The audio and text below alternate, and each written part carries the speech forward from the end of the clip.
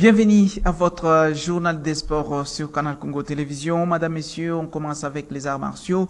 C'est bien la Fédération de Karaté-Do du Congo qui a remis les tatamis ce week-end à la Ligue provinciale de Karaté-Do de Sud Kivu. Et sur place, Jean-Claude Mwamba était pour nous. Cette activité est en train d'être effectuée par les comités de la FECACO. C'est pour redynamiser les activités de cette discipline dans un peu presque toutes les provinces. Après la Ligue de la Chopo, actuellement, c'est la Ligue du Sud Kivu qui bénéficie de ces lots de matériel pour cette discipline. Jean-Claude Mwamba, qui était là à Goma pour Canal Congo Télévision, nous donne plus de détails. Dans le cadre de la redynamisation de la pratique du karaté sur l'ensemble du pays, le comité Maître Freddy Lankombo s'est donné la volonté de doter des ligues provinciales de karaté des tatamis en vue de surseoir la discipline dans les provinces. Après la Ligue de la Chopo, qui avait bénéficié en premier les tatamis, c'est le tour du Sud Kivu qui, en marge du double événement, à savoir les championnats de l'IFAC et les TAGEL, d'en bénéficier aussi. Le bureau exécutif a décidé de faire don d'un tatami de 8 mètres carrés à la Ligue de Karaté-Do du Sud Kivu. Ceci simplement parce que, à la prise des affaires, le président de la fédération a orienté son mandat vers la redynamisation des activités du karaté à partir de la base. Le bureau exécutif, dans son programme de développement du karaté, tient à doter au fur et à mesure les ligues des tatamis pour la bonne pratique du karaté à la bonne pratique du Congo. Très satisfait du geste, le président de la Ligue du Sud Kivu a remercié les comités de la FECACO et promis d'en faire bon usage. C'est vraiment une joie immense pour le karaté du Sud Kivu qui a longtemps œuvré sans tatami. C'est quelque chose qui nous est arrivé et nous ne pouvons que remercier la FECACO. Nous savons que dans nos territoires, il y a même les athlètes qui n'ont pas encore vu les tatamis. Ça sera une première. Ils verront les tatamis comme nous avons eu ça. Nous allons bien garder, bien soigner et surtout bien utiliser pour le développement de karatéka du Sud Kivu. A noter que faire du karaté l'une des meilleures disciplines ou encore les mieux pratiquées du pays est la mission que s'est confiée le comité fédéral. Et l'association sportive Vita Club de Kinshasa, l'ASV Club est tombée. C'était ce dimanche à Gaborone. Nous sommes au Botswana face à l'équipe botswanaise de Gaborone United du Botswana par un score de 0-1. Les Moscovites de Kinshasa sont tombés. Le but a été marqué à la 39e minute de jeu par l'entremise du joueur Francis Tero Setil et le coach Ndrombo. Jeu ont tenu plutôt bon jusqu'à la fin de cette rencontre, alors que les Moscovites qui étaient en visite dans la capitale du Botswana devront batailler dur pour pouvoir bien jouer lors de la rencontre retour qui est prévue le dimanche prochain. Ça sera à Kinshasa, au stade de Martyrs de la Pentecôte. Cette rencontre, c'est pour la manche allée de la Ligue des champions de la CAF, et la match retour, c'est bien pour ce dimanche, comme nous venons de le dire. On va prendre quand même la réaction de quelques joueurs de l'équipe de l'AS Vita Club de Kinshasa avec notre réalisateur Bruno Ndinga. Il a donné le meilleur de moi-même. J'ai essayé de faire tout ce qui est moi possible, voilà, pour contribuer à la victoire de l'équipe. Malheureusement, ça n'a pas été le cas. Je pense qu'on va retourner et puis travailler. Ma performance, je laisse au coach de juger. Si je peux avoir une place de titulaire, moi, je laisse là au coach de juger. Bon, pour commencer, je peux dire qu'il nous a manqué la chance. Il nous a manqué la chance vu qu'on a eu beaucoup d'occasions où on pouvait marquer. Et on a joué sur un terrain vraiment qu'on ne connaissait pas. Voilà. Je pense que tout le monde s'est donné. On ne connaissait pas très bien l'adversaire, mais je pense qu'au match et tout, on a toutes nos chances dans nos mains. Bon, je peux le promettre en tout cas. Ce que je peux le promettre premièrement, c'est qu'on va se battre. Chacun va donner tout ce qu'il a pour qu'on puisse se qualifier. Donc au retour, je suis à 100% sûr qu'on va mieux faire que ce qu'on a fait ici. Bon, c'est pas une première sortie ratée. On peut dire ratée parce qu'on a encaissé et on a perdu le match. Mais c'est pas raté. Il faut voir aussi ce qu'on a en train de passer en ce moment. On n'a pas commencé le championnat, on a manqué du championnat, on a manqué du temps de jeu, mais on essaie de voir l'équipe et la façon qu'on nous a pris ici par rapport à l'organisation, c'était un peu difficile. Si tu vois même le match, on a rentré en deuxième mi-temps, on a fait le maximum pour jouer. Donc ça va bien passer. Bon, on peut dire non parce que la majorité, ils jouent déjà dans les terrains naturels, disons dans leur équipe nationale. Disons que par rapport à notre championnat, on joue toujours avec les synthétiques. Donc, au premier temps, et c'était mouillé. Les 15 premières minutes, si tu vois, l'équipe, il y avait un peu de laquine. Mais après ça, on a essayé d'organiser pour avoir du jeu. Bon, je peux dire que ça nous a fait d'abord plaisir d'entamer le match. Et malgré qu'on a perdu 1-0 ici, on sait, chez nous, on va faire le maximum de gagner et de faire satisfaire tous les Véquébiens. Donc, venez nombreux, on va le faire pour qualifier l'équipe. Bon, d'ailleurs, on n'a pas eu à faire la connaissance du terrain en premier. Ça n'a pas été facile, j'espère que vous avez vu de vous-même. On a essayé de nous remobiliser en deuxième période pour chercher le but. Dommage qu'on n'a pas pu marquer, mais je pense que d'ici le match retour, on va arranger là où ça n'a pas marché. On demande juste aux Véclubais de nous soutenir parce qu'on a besoin de ça. Et qu'ils viennent nombreux matchs retour pour nous soutenir, vraiment. On aura besoin de leur soutien, ça sera très très important. Mais bien sûr, c'est pas facile. Venir commencer avec ce genre de compétition sans les matchs en jambes, ce n'est pas facile. Mais ce n'est pas ça le problème. On va se remobiliser et gagner le match retour.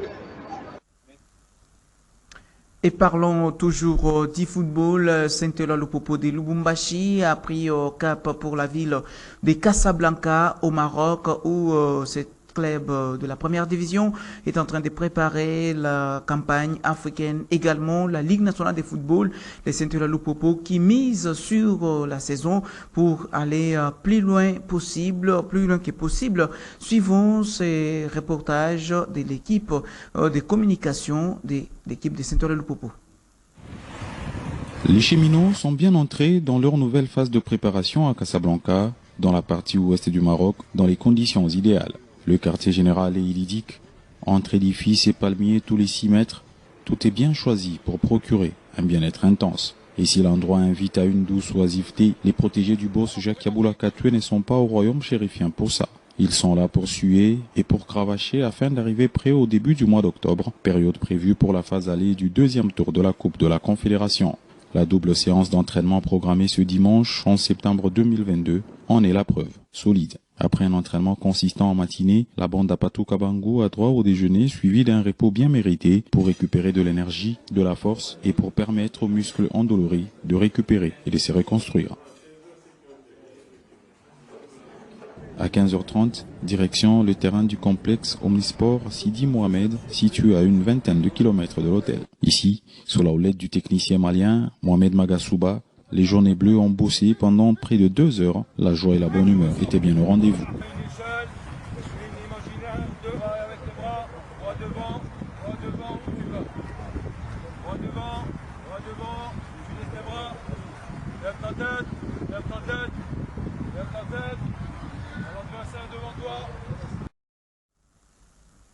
Et les tout-puissants Mazembe en préparation de la pré-saison. Nous sommes en Zambie, Andola.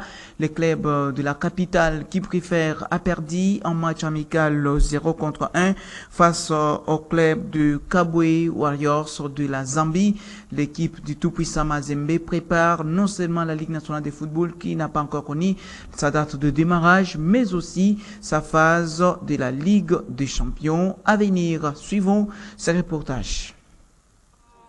Ces supporters ont pris beaucoup de plaisir à regarder ce match. La défaite importe peu, ils ne sont pas déçus de ce qu'ils ont vu cet après-midi. Pourquoi besoin de coalition avec les joueurs? Regardez comment va ta performance. C'est vrai, tu pas de joueurs ici et là. Mais en tout cas, tu as besoin de coalition. Tu n'as pas de temps. On a fait un recrutement, on a besoin que ces joueurs fassent une coalition avec notre coach. J'espère qu'on va l'aider là. Bon, il a promettre, hein. Il essaie un peu de voir le match à pile pour essayer un peu de voir qu'est-ce qui ne va pas et où est-ce qu'on peut corriger. Avec le temps, dès que on a Yuan, tout vraiment est équipe à mesure ça. Non, tu vas partir wakati, on leur donne le temps. Avec une première période moins rythmée, Franck Dumas va procéder à 10 changements, gardant ainsi Luzolo dans son couloir gauche. Les rentrants n'ont même pas eu le temps de prendre leur marque et Kabwe Warriors a déjà trouvé l'ouverture du score à la 46e minute. Bartuel bat Israël Moubobo et donne l'avantage aux locaux. Un match qui va sûrement donner des idées à Franck Dumas. Le technicien français a vu du positif, comme quoi, même dans une défaite, on peut y puiser quelque chose de bien. Et la tête, Zida Fantao qui vient de faire l'arrêt magistral devant Jefté qui tombe là. Depuis Ndola, 11 ans. À ce chapitre des matchs amicaux, retenez qu'au stade de Martyrs, l'équipe de Maniema Union a aussi battu l'équipe de la CLO AC Diable Rouge du Congo-Brazzaville par un score de 2-1. C'était ce dimanche 11 septembre 2022. Également, l'équipe de DSMP de Raklem Motema Pembe a aussi fait match nul contre l'équipe de l'US Tchonkonkou de Kananga. Dobi partout. Toutes ces équipes congolaises préparent la rentrée de la Ligue nationale de football. La Linafoot, dont le comité de gestion de la FECOFA était en réunion avec les dirigeants de la Linafoot, cette instance qui dirige le football au niveau 10 pays. Ils ont statué sur comment la Linafoot devrait reprendre d'ici peu, comme nous l'a dit Serge Sitatoila, il est secrétaire général de la Fédération congolaise de football association. Niveau, nous avons estimé que beaucoup de préalables inhérents au démarrage normal de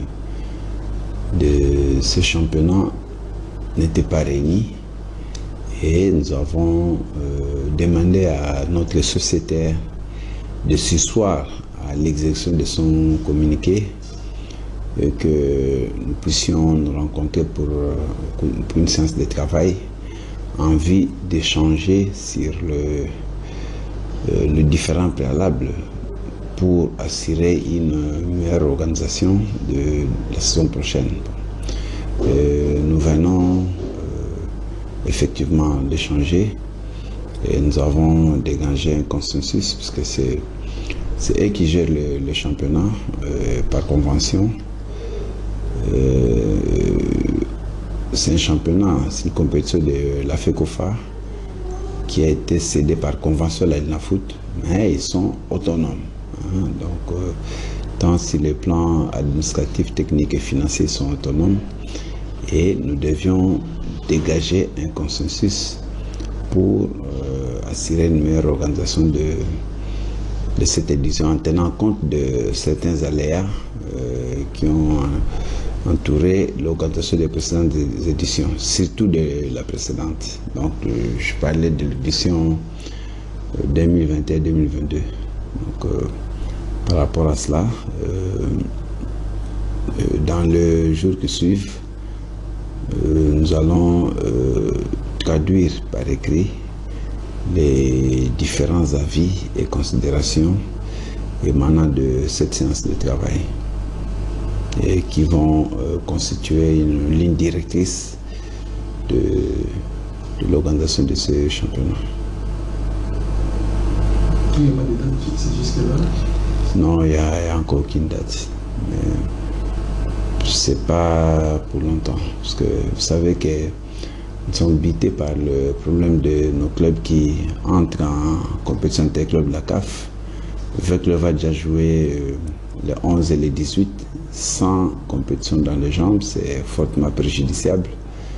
Et au mois d'octobre, il y a le tout-puissant Mazembe, d'un club Motema Pembe et le FC Saint-Louis-Popo qui vont entrer en danse.